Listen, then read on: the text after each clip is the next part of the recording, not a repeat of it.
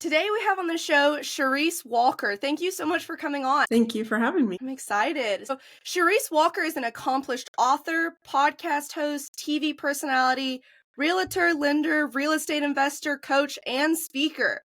Throughout her career, Charisse has garnered numerous accolades in teaching and real estate, reflecting her commitment to excellence and dedication to her craft. Whether through her roles in academia, where she began teaching at the age of 22 and later directed and even established a college, or the dynamic realm of real estate, Charisse has touched the lives of thousands, guiding them towards their aspirations. You have done so much. That's amazing.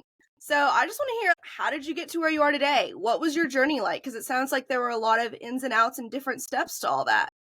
Yeah, so my journey was not exactly how I planned at all, ever. I graduated. I had this goal that I was going to graduate at 21 from high school. I mean, not high school, sorry, college. Yeah, that's a long time. I graduated from college. And so I went, I did my 4 years and I graduated and went, now what? I don't know. So I opened up a newspaper ad because I'm that old and answered classified ads. And it was just one of those stepping stones to another thing. And so I ended up applying for a job where I worked as a temp and in the finance part of college. And I think it was probably a couple of weeks into that, they're like, have you ever thought of teaching? And I said, yeah, actually I used to want to be a high school teacher. And they're like, well, we have a position open, so let us know. You have 2 hours and hand us the book and prepare for a 4-hour class in 2 hours. So luckily it was in what I graduated in. And so that's how I got into the proprietary education industry. I was taught there for several years, then became the dean, then I became the director. And then, I did open up a college.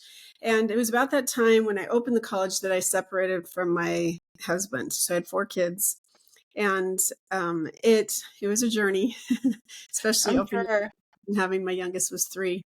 Wow. So, yeah. And it had been a couple years. And then I found my new husband, my current husband, and we had just gotten engaged and they had laid me off. Like they had laid off a third of the corporate staff. And so I'm like, well, now what? And so I wasn't really planning to go back to work because my husband's like, I'll take care of the kids. I mean, he's a saint and I'll do all these things.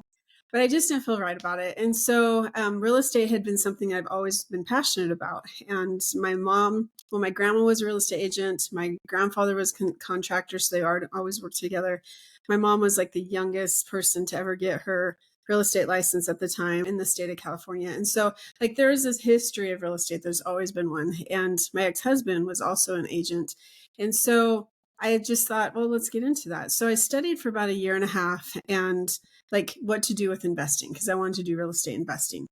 And so at that point, my close loved one, I won't name names, came to me and said, hey, let's invest in this big, great opportunity down in Honduras. And long story short, we mortgaged our home, took out a HELOC. A whole lot of money was lost. We were on food stamps. And like, there's a huge journey in between that. But the point was, we were $400,000 in the hole. We got into real estate investing and we realized that was the way we were going to get out. So within a couple of years we pulled ourselves out. We built a real estate portfolio.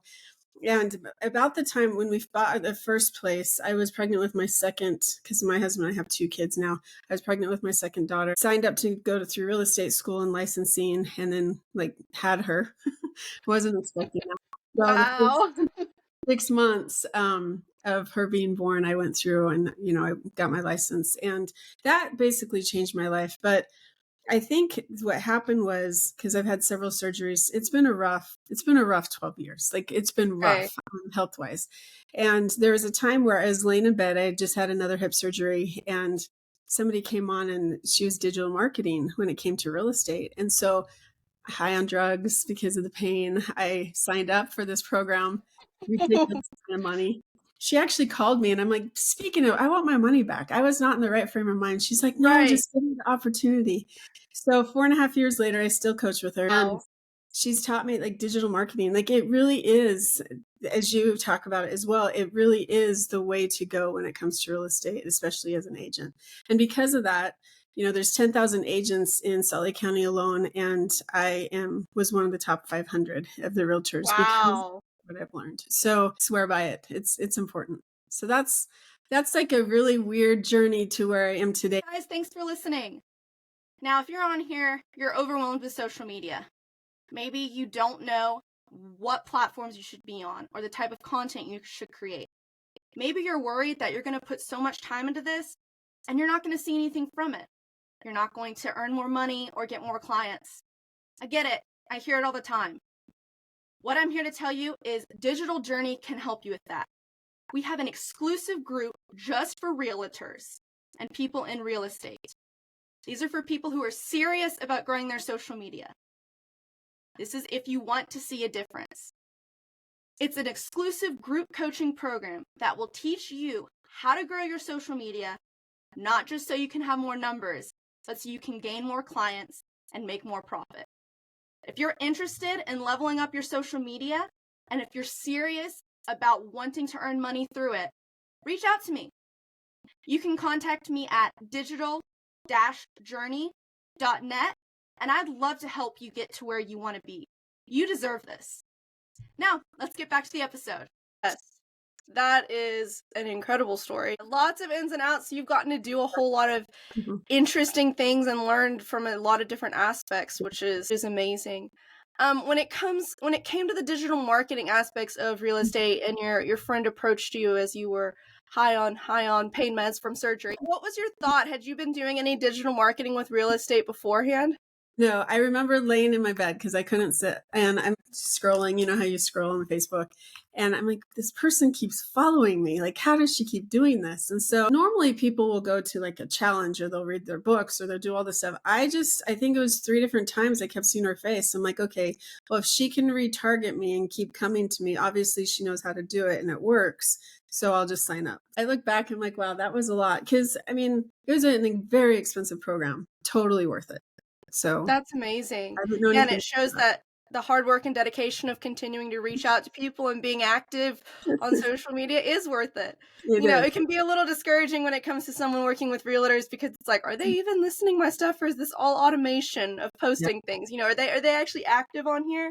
Yeah. So when you entered the program, what did you do differently when it came to digital marketing, or what did you start to do with digital marketing you hadn't done before? I put my face on a camera, and okay. I'll tell you a secret. So I have pink eye right now. Oh no. Normally I woke up yesterday, it was really bad. And today I'm not wearing makeup on my eyes. And I would never have done that before I started this marketing, right? And it's, people don't care, you probably didn't even notice because my eyes are no, so I didn't. Anyway, but they're normally not like this. Or, you worry so much about what people think of you. You worry so much about how you look. You worry so much about all this or that. And I remember saying to them, well, I want to lose like 25 pounds before I do this. She's like, there's never going to be a time. I could have easily said, you know what, my eyes are swollen shut, so can we please do something else? But now that's just something that you're very comfortable. And because of that, I'm now on a national TV show called The American Dream that also deals with real estate. And it's those things that you just become so comfortable now, that not that I still like to be on social media, but if you have a message and you want to help people and you want to change people's lives, that to me is more important than my puffy eyes now. Does Absolutely. When you're on social media, you're on it to help the person you're reaching out to. It's not just to make a sale, even though a lot of times that happens from it. But as real estate agents, you can provide such valuable insight from emails or from posts just in general, without being like, hey, we have this house, buy it, buy it, buy it. When you're reaching out to people through social media, it's supposed to be a conversation. Yes. It's supposed to initiate that social aspect versus just, I want your money, give it to me. Right. So like you're saying, like when you're reaching out to someone as a person, they're not just, okay, how exactly do they look? Because it's like, are they going to care about me? Are they going to help me find the house that's best for me? Are they going to help me sell my house in a way that, they realize how valuable the house is to me, and the emotions and the memories I have tied to this house? And so many people are like, oh, I don't want to get on social media or digital marketing because I don't want people to see me. And I'm like, well, that's kind of part of it. People need to have that face with it, especially in a world where everything's so automated. And I think during the pandemic, so many people entered the market, so many agents, because you didn't even have to put a sign on the yard. Okay, I did. Okay, and I never changed anything I did. I still did all my brochures. I still did all my marketing, because that was something that had integrity to my clients. And if they're going to pay for that, then I'm going to. Yes. But there was a lot of people that entered the market and they were very, very lazy, and it made me very, very sad. And so, that's the part that you have to think is you're doing a disservice to people if you don't get out there and educate, or as I like to say, educate. You just have to make sure that you're serving, serve, not sell, if you've heard that. And so Yes. the sale will come because people can tell that you genuinely care. And if you're not out there doing it, guess what? Somebody else is that might not be able to do the client as well as you. So shame on you. Absolutely. Yeah, exactly. And I love the point that you said, serving, not selling, going back to what is my purpose behind doing what I'm doing. And I think the best real estate agents are the ones that truly care about their clients.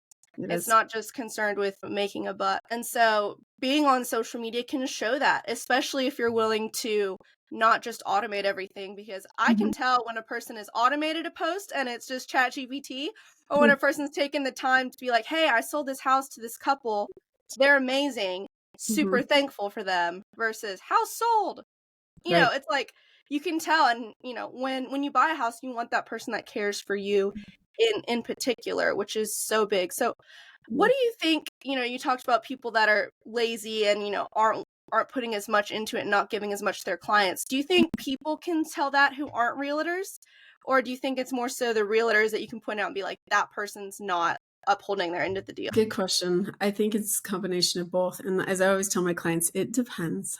Okay. I think that if you have a client who has bought and sold multiple homes, then yes, they probably know the difference. But if you have somebody who this is the first time they've ever bought, the first time they've ever sold, they don't know the difference. And truth be told, I think that that's why there was that big lawsuit that we're all going to be affected by now, because people didn't know. Because Yes. I mean, I've never walked into a listing presentation or a listing period, because I've never really had to do a presentation, but I'm prepared if I do.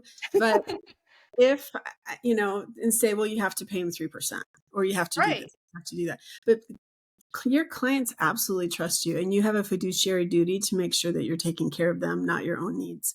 So that's where, like I always say, how much do you want to pay? It's never been an issue. That's why all these people are making such a big deal about this. Well, if you've done the same thing, you've done it right the whole time, it's not going to be a big and most of the realtors who come through my program, I've talked to them about it, and they're like, it's going to be another level, but it's whatever. We know that our clients love us. We know we're doing what we need to, and we have that reputation behind us that, it's going to be an extra step, okay, but it doesn't really matter. Yeah. And then I hear other realtors be like, oh my goodness, the world's coming to an end. I'm not going to be able to make it anymore. And I'm like, that's a little sketchy. What's going on with that whole aspect of that? Nope, it's very true. So when it comes to social media, what do you do for social media, or in that whole realm with your business? What have you seen do well? Good question. So I'm not a daily poster. I know I used to be, but I took about a year off, because that one year, I mean, I was burned. I worked a ton, and then we moved and a whole lot of stuff happened. So last year I kind of took some time off. But before that, like, do as I say, not as I do. Listen to Kayla. Okay. So the daily posting really is important to get your word out, to get your information out. But what I do, I'll do like videos. It's called the know, like, and trust. So you do specific things so that people get to know you, they get to like you, they get to trust you. So you might put a reach out there. I never boost. Do not boost. It's a waste of money. And so then you can retarget to the 3-second people who've watched your ad. Then you retarget again to the 10-second people. And so then you can do a lead information sheet, or you can do something else. And so I might do a lead magnet that sends you to a funnel, which then takes you down.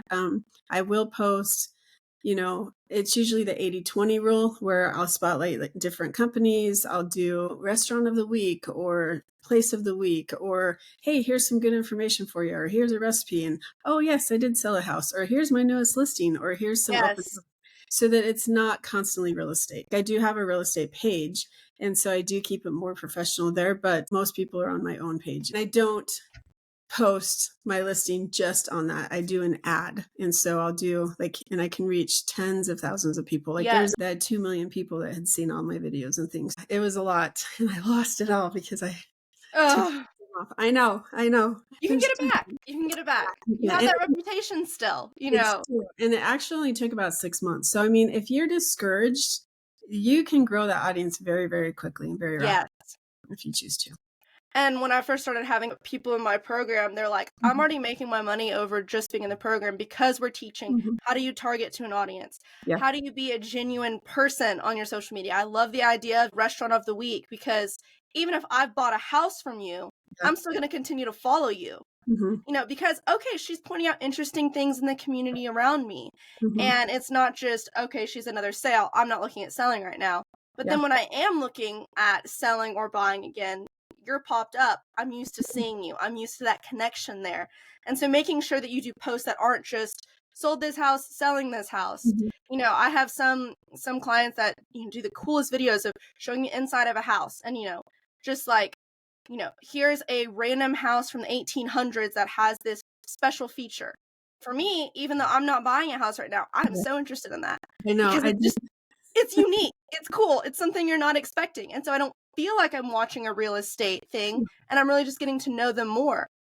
I And love I that. love But I love that. That's the one thing, like you walk up these stairs and the stairs, I'm not joking, are like that wide. So you can't even really step unless you're on your tippy toe. You're like, yeah, how would you like to slide down this at night? Because you fall. And so you take random pictures. And I always tell the clients I'm walking through, I'm like, sorry, this is picture worthy. They're like, I'm so glad that we can be at your, you know, use us for whatever. But I it's love that. fun because people do. You get a lot of responses from the unique stuff, not the here's my open house, come to my listing, da da da. No, you need to be creative. Creativity is key. And, like you said, it doesn't have to be super complicated. You can be walking through a house and be like, oh, this looks cool. Yeah. Let me take 15 seconds. And then you have a social media post there. You don't have to sit down and work on a social media post for 30 minutes. Right. You don't have to do that. I love that. Or even you're sitting in your car waiting for your client to show up, or in the house because you should go open up all the doors and lights. And you're like, hey, I'm here. Those are all different things that you can do. You often have times that you're just killing Yes. time. Whether Mhm. it's waiting on a client to show up, it's like you have 10 minutes here and that's a perfect time. Cool, let's get a post out real fast. Yeah. And then you're making money that way and you're helping other potential clients, which is Absolutely. amazing. Yep. Well, it was such a pleasure having you on here. I know I love talking about all this kind of stuff. I know my listeners love hearing about it. So where can they find you if they're wanting to see? You said you have a book you're working on now. What kind of stuff is going on that way? Right. So thank you. I have a podcast of my own. It's called Unbreakable Momprenuers. And so it really talks to people who are looking to build a business and that usually typically are a mom or a parent. I don't care if you're a mom or a dad and you're an entrepreneur. So Unbreakable because sometimes you feel like you're like being stretched in all these different places and ways with your kids. So there's that. And then you can go to CharisseWalker.com. It has everything. And then if you want to learn how to create passive income with real estate, I teach 7 different ways to do that from zero money to a lot of money and you don't want to do anything. So that's Fly Free Retiree. All of that will be linked below. It was so amazing having you on. Thank you so much. Thank you. You too.